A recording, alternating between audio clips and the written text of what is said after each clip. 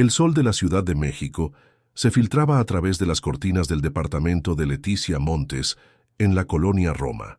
A sus 28 años, Leticia había construido una vida que desafiaba todas las expectativas de su conservadora familia de Puebla. Con su cabello teñido de azul eléctrico, varios tatuajes discretos pero significativos y un estilo de vestir que mezclaba elementos vintage con toques contemporáneos, Leticia era la definición de lo que su madre, doña Carmen, llamaba una muchacha sin remedio. Leticia revisaba los mensajes en su teléfono mientras tomaba su café de la mañana. Otro mensaje de su madre.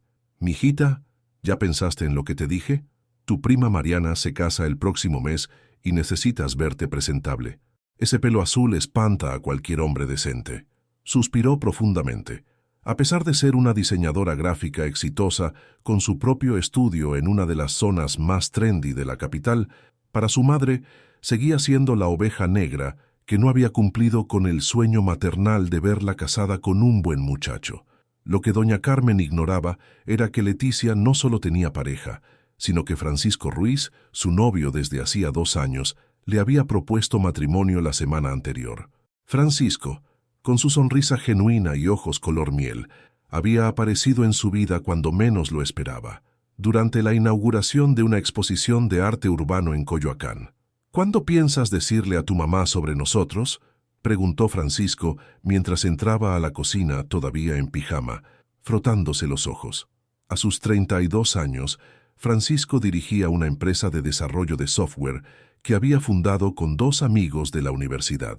Lo que muy pocos sabían, incluso Leticia hasta hace poco, era que la empresa se había convertido en un éxito rotundo tras desarrollar una aplicación de finanzas personales que había sido adquirida por uno de los bancos más importantes de Latinoamérica.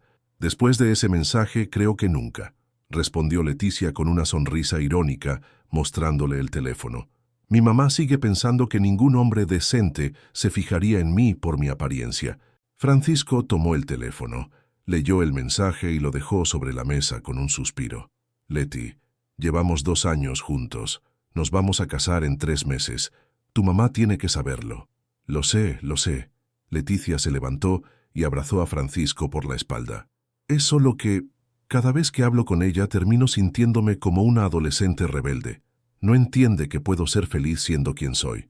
El timbre del departamento interrumpió la conversación. Era Daniela, la mejor amiga de Leticia y socia en el estudio de diseño. «No van a creer lo que conseguí», exclamó Daniela al entrar, sosteniendo en alto un sobre elegante. «La invitación para la exposición en el Museo Jumex. Es este fin de semana. Dicen que vendrán coleccionistas de todo el mundo». Los ojos de Leticia se iluminaron. Su estudio había sido seleccionado para crear la identidad visual de una exposición de arte contemporáneo, un proyecto que podría catapultar su carrera al siguiente nivel. «Increíble. Tenemos que estar ahí», respondió Leticia entusiasmada. «Y eso no es todo», continuó Daniela mirando a Francisco con complicidad. «Me encontré con tu mamá en el supermercado». El entusiasmo de Leticia se evaporó instantáneamente. «¿Mi mamá está en la ciudad? No me dijo nada. Vino para la boda de tu prima Mariana, creo. Me preguntó por ti y por tu situación sentimental». Daniela hizo comillas con los dedos. «Le dije que estabas muy bien, pero no mencioné a Francisco. No sabía si querías que supiera». Leticia y Francisco intercambiaron miradas. Después de un largo silencio, Leticia tomó su teléfono y comenzó a escribir. «¿Qué haces?», preguntó Francisco. «Invitando a mi mamá a cenar. Esta noche», respondió Leticia con determinación. «Es hora de que conozca al hombre con el que me voy a casar». «¿Estás segura?». Francisco parecía preocupado. «Tal vez deberíamos planear esto con más calma. He estado posponiendo esto por 2 años, Fran. Si no lo hago ahora, seguiré buscando excusas». Leticia envió el mensaje y dejó el teléfono sobre la mesa como quien acaba de encender una mecha. «Además, quiero ver su cara cuando se entere de que la niña rebelde de pelo azul encontró no solo a un hombre decente, sino a uno extraordinario». Lo que ninguno de los 3 sabía en ese momento era que la cena de esa noche desencadenaría una serie de eventos que pondrían a prueba no solo la relación entre Leticia y su madre, sino también los cimientos de su relación con Francisco. El restaurante Pujol, Con su ambiente íntimo y su prestigiosa reputación como uno de los mejores de la Ciudad de México, fue el escenario elegido por Leticia para la presentación oficial. Francisco había insistido en reservar una mesa en este lugar exclusivo, a pesar de las protestas iniciales de Leticia sobre el costo. «Quiero causar una buena impresión», había dicho él con una sonrisa que desarmaba cualquier argumento. Doña Carmen llegó puntual, vestida con un traje sastre azul marino y el cabello perfectamente arreglado en un moño conservador. Su expresión de perplejidad al entrar al elegante restaurante y ver a su hija esperándola con un hombre desconocido fue exactamente lo que Leticia había anticipado. «Mamá, te presento a Francisco Ruiz», dijo Leticia después de los saludos iniciales. «Mi prometido». El silencio que siguió pareció eterno. Doña Carmen miró a Francisco de arriba a abajo, evaluando su traje bien cortado, su postura segura y la mano que sostenía firmemente la de su hija. «¿Prometido?», preguntó finalmente, con una mezcla de asombro e incredulidad. «¿Desde cuándo tienes novio? ¿Y por qué nunca lo mencionaste en nuestras llamadas?» «Llevamos 2 años juntos, mamá», respondió Leticia, manteniendo la calma. «Y nunca lo mencioné porque siempre que hablamos, terminas criticando mi apariencia y sugiriendo que ningún hombre de bien se fijaría en mí». Francisco, mostrando una diplomacia que Leticia admiraba profundamente, intervino con voz suave pero segura. «Señora Montes, entiendo que esto es una sorpresa para usted, pero quiero que sepa que amo a su hija precisamente por ser quien es, auténtica, creativa y valiente». La cena avanzó entre conversaciones tensas y momentos de genuina curiosidad por parte de doña Carmen, quien gradualmente parecía más interesada en Francisco que en reprochar a su hija. Cuando el tema de la boda surgió, la tensión volvió a elevarse. «¿Y dónde piensan casarse?», preguntó doña Carmen, mientras probaba el mole de enmoladas, especialidad del chef. «En la hacienda de mis padres, en Cuernavaca», respondió Francisco con naturalidad. «Es un lugar especial para mi familia desde hace generaciones». Los ojos de doña Carmen se abrieron con sorpresa. «¿Tu familia tiene una hacienda en Cuernavaca?» «La hacienda Las Moras», confirmó Francisco. «Perteneció originalmente a mi bisabuelo. Ahora funciona principalmente como hotel boutique, pero seguimos manteniendo la casa principal para uso familiar». Leticia observó cómo la expresión de su madre cambiaba sutilmente. Conocía bien esa mirada. Estaba recalculando su opinión sobre Francisco. «Francisco es fundador y CEO de Ruistec», añadió Leticia, consciente de que estaba jugando la carta del éxito financiero que tanto impresionaba a su madre. Su aplicación de finanzas fue adquirida por Banco Azteca el año pasado. Doña Carmen casi se atragantó con su agua. «¿La aplicación Mi Dinero? ¿Esa que usa tu padre para controlar los gastos?» Francisco asintió con modestia. «Esa misma». Tuvimos la suerte de que el concepto funcionara bien. El resto de la cena transcurrió en un ambiente notablemente más relajado. Doña Carmen comenzó a dirigirse a Leticia con un tono menos crítico e incluso se permitió hacer preguntas sobre la boda que mostraban un interés genuino. Cuando llegó el momento del postre, Francisco excusó para atender una llamada, dejando a madre e hija a solas. «Es un buen muchacho», concedió doña Carmen, en lo que para Leticia sonaba como la mayor aprobación que había recibido de su madre en años. «Aunque no entiendo cómo... ¿Cómo qué, mamá? ¿Cómo alguien como él se fijó en alguien como yo?» Leticia sintió que la vieja herida se abría nuevamente. «No, mija. ¿Cómo no me lo presentaste antes?», respondió doña Carmen, sorprendiendo a Leticia. «Tu padre y yo nos preocupamos. Siempre tan independiente, tan... diferente. Pensamos que estabas sola». Por primera vez en la noche, Leticia vio vulnerabilidad en los ojos de su madre.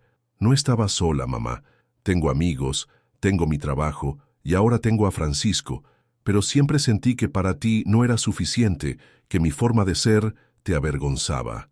Doña Carmen tomó la mano de su hija sobre la mesa.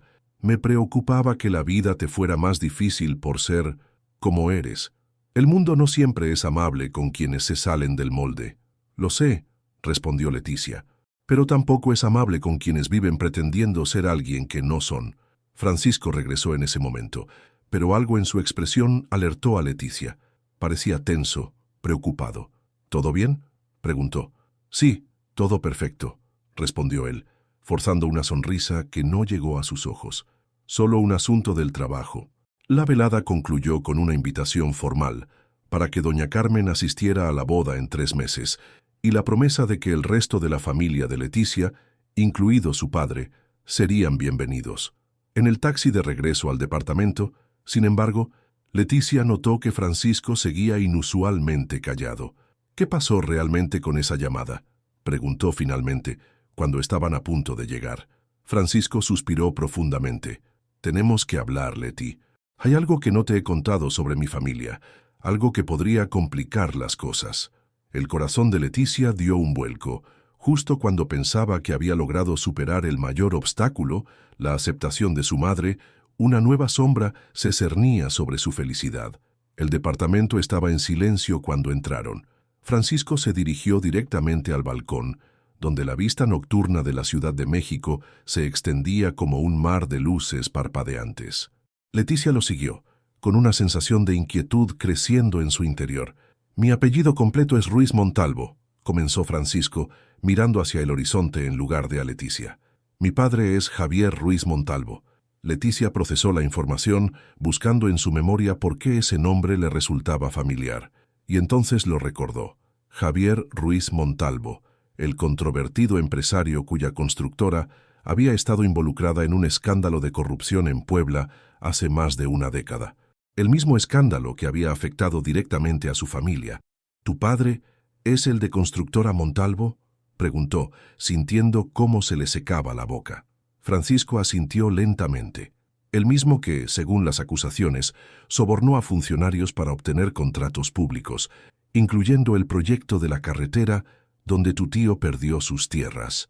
El aire entre ellos se volvió denso, cargado con el peso de una historia que parecía sacada de una telenovela, pero que era dolorosamente real. El tío de Leticia, hermano de su madre, había perdido una pequeña finca familiar cuando el gobierno expropió los terrenos para una carretera. El proceso había sido tan sospechoso y repentino que la familia siempre había creído que hubo corrupción involucrada. El tío Raúl nunca se recuperó económicamente de aquella pérdida. «¿Por qué no me lo dijiste antes?». La voz de Leticia temblaba entre la incredulidad y la rabia contenida. «Al principio no sabía quién eras exactamente», explicó Francisco, finalmente girándose para mirarla. «Cuando me contaste sobre tu familia en Puebla, sospeché que podía haber una conexión, pero no estaba seguro. Y luego me enamoré de ti, Leti. Tenía miedo de perderte si te contaba la verdad». Leticia se alejó unos pasos, necesitando espacio físico para procesar lo que estaba escuchando. «¿Y por qué me lo cuentas ahora? La llamada en el restaurante...». Francisco pasó una mano por su cabello, gesto que Leticia reconocía como señal de su nerviosismo. «Era mi padre. Alguien le contó sobre nuestra cena con tu madre. Sabe quién eres, Leti, y está preocupado por cómo esto podría afectar a la familia si sale a la luz pública». «¿Preocupado por su reputación?». Leticia soltó una risa amarga. «¿Después de lo que le hizo a mi familia?». «Mi padre nunca fue declarado culpable formalmente», respondió Francisco, aunque su tono sugería que él mismo cuestionaba la inocencia de su progenitor.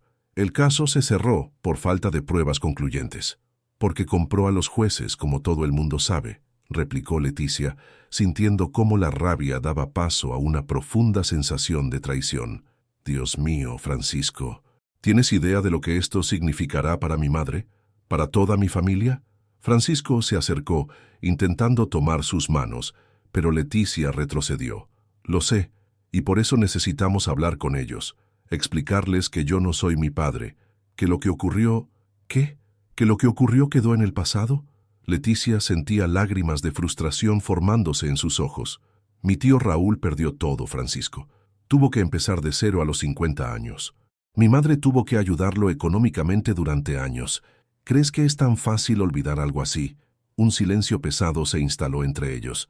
Las luces de la ciudad seguían brillando, ajenas al drama que se desarrollaba en aquel pequeño balcón. «Hay algo más», dijo Francisco finalmente con voz grave. «Mi padre quiere conocerte. Nos ha invitado a la hacienda este fin de semana». Leticia lo miró incrédula. «¿Y esperas que vaya? ¿Que estreche la mano del hombre que destruyó a mi familia?». «Espero que me des la oportunidad de demostrar que no soy él», respondió Francisco, con una intensidad que sorprendió a Leticia. Y también espero que escuches lo que tiene que decir. ¿Qué podría decir que cambie algo? Dice que tiene información sobre lo que realmente ocurrió con las tierras de tu tío. Información que nunca salió a la luz. Leticia sintió que el mundo giraba a su alrededor. Toda la alegría de haber presentado a Francisco a su madre, de haber dado un paso hacia la reconciliación familiar, se había evaporado. En su lugar quedaba una encrucijada imposible, elegir entre el amor por Francisco y la lealtad hacia su familia. «Necesito tiempo para pensar», dijo finalmente, dirigiéndose hacia la habitación. «Y necesito que entiendas que esto cambia todo, Francisco». Esa noche, Leticia no pudo dormir. A la mañana siguiente, tomó una decisión que cambiaría el curso de sus vidas. Iría a la hacienda, pero no sola. Llamó a su madre. «Mamá, hay algo importante que necesito contarte, y necesito que vengas conmigo a un lugar este fin de semana». La hacienda Las Moras se alzaba majestuosa entre los árboles centenarios de las afueras de Cuernavaca. Sus muros de cantera rosa, los amplios jardines y la arquitectura colonial, restaurada con exquisito gusto, hablaban de generaciones de riqueza y poder. Para Leticia, que observaba el lugar desde el asiento trasero del auto mientras Francisco conducía, la belleza del lugar contrastaba dolorosamente con lo que representaba para su familia. A su lado, doña Carmen permanecía en silencio. La conversación del día anterior, cuando Leticia le reveló la verdadera identidad de su prometido, había sido una de las más difíciles de su vida. Esperaba gritos, acusaciones, quizás incluso que su madre le exigiera terminar la relación inmediatamente. En lugar de eso, después de un largo silencio, doña Carmen había dicho algo que la sorprendió. «Necesito ver a ese hombre a los ojos».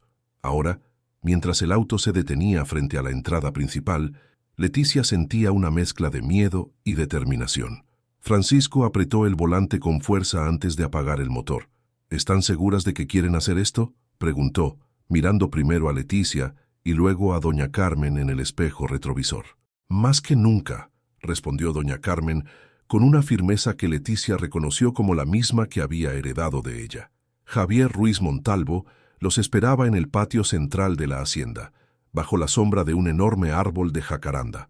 A sus 65 años mantenía una presencia imponente, alto, de cabello canoso perfectamente peinado y ojos idénticos a los de su hijo.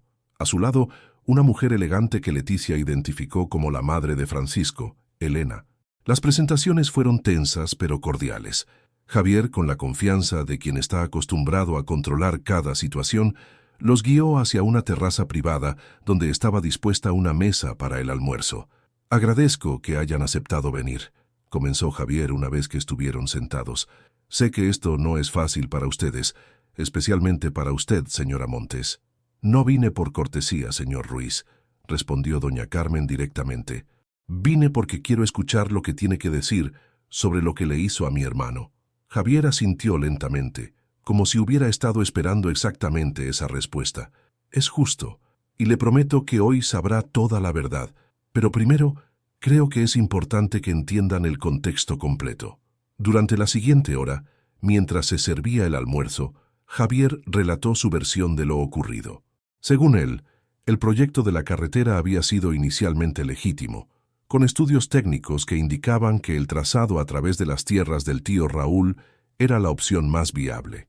Sin embargo, cuando los contratos estaban a punto de firmarse, recibió presiones de otro empresario local, Manuel Zárate, quien quería que la constructora de su primo obtuviera el contrato.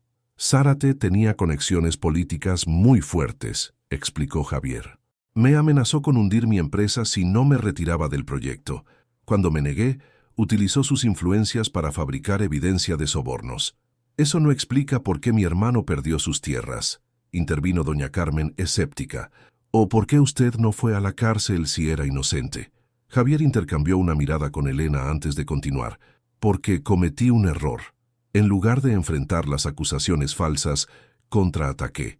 Usé mis propias conexiones para presionar por la expropiación rápida, pensando que si el proyecto avanzaba, las acusaciones perderían fuerza. Y funcionó», añadió Francisco con amargura. «El caso se cerró, pero a costa de la reputación de nuestra familia y, más importante, del sustento de personas inocentes como su tío. Leticia observaba en silencio, dividida entre la incredulidad y la sensación de que había algo genuino en la confesión de Javier. Pero fue lo que vino después lo que realmente la impactó. He pasado los últimos 10 años intentando compensar ese error, continuó Javier, haciendo una señal a uno de los empleados que esperaba discretamente. No puedo cambiar el pasado, pero puedo intentar hacer lo correcto ahora. El empleado regresó con una carpeta que Javier entregó a doña Carmen. Dentro había documentos legales, recibos bancarios y fotografías.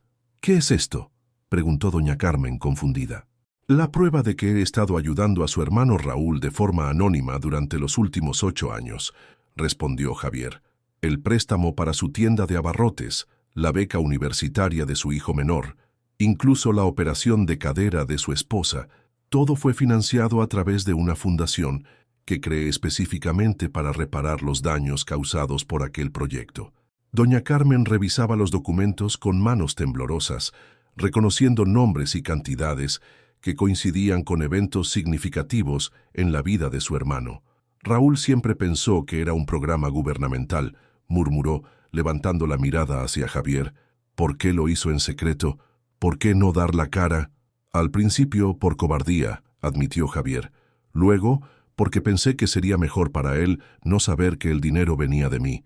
No quería que sintiera que era caridad o, peor aún, un soborno tardío para comprar mi conciencia. El silencio que siguió fue roto por Elena, quien hasta entonces había permanecido callada. Cuando Francisco nos contó sobre Leticia, investigamos quién era. Descubrir que era sobrina de Raúl Montes fue como si el destino nos diera una oportunidad de cerrar este círculo, o de complicarlo aún más, añadió Francisco, mirando a Leticia con una mezcla de amor y preocupación. Leticia finalmente encontró su voz. ¿Por qué debería creer que esto no es solo una estrategia para limpiar su nombre ahora que su hijo quiere casarse conmigo? No espero que me creas a mí, respondió Javier, sacando un teléfono de su bolsillo. Por eso le pedí a alguien más que viniera hoy. El sonido de un auto aproximándose llegó desde la entrada.